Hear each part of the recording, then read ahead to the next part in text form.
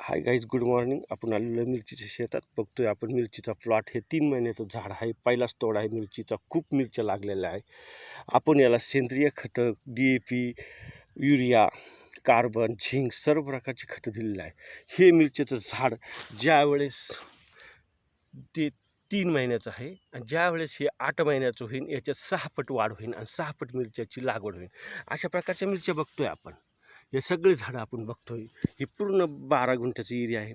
ह्या 12 गुंठ्याच्या एरियामध्ये 30,000 रुपये खर्च होतो आणि आपल्याला याच्यात एकरी उत्पादन हे 12 गुंठ्याचं उत्पादन कमीत कमी 3 लाख रुपयेपर्यंत मिळतं. खर्च वजाचा 2-2.5 लाख रुपये भेटतात. हे 8 महिने मिरची चालते. आपण हा बघतोय प्लॉट 8 महिन्याची मिरची.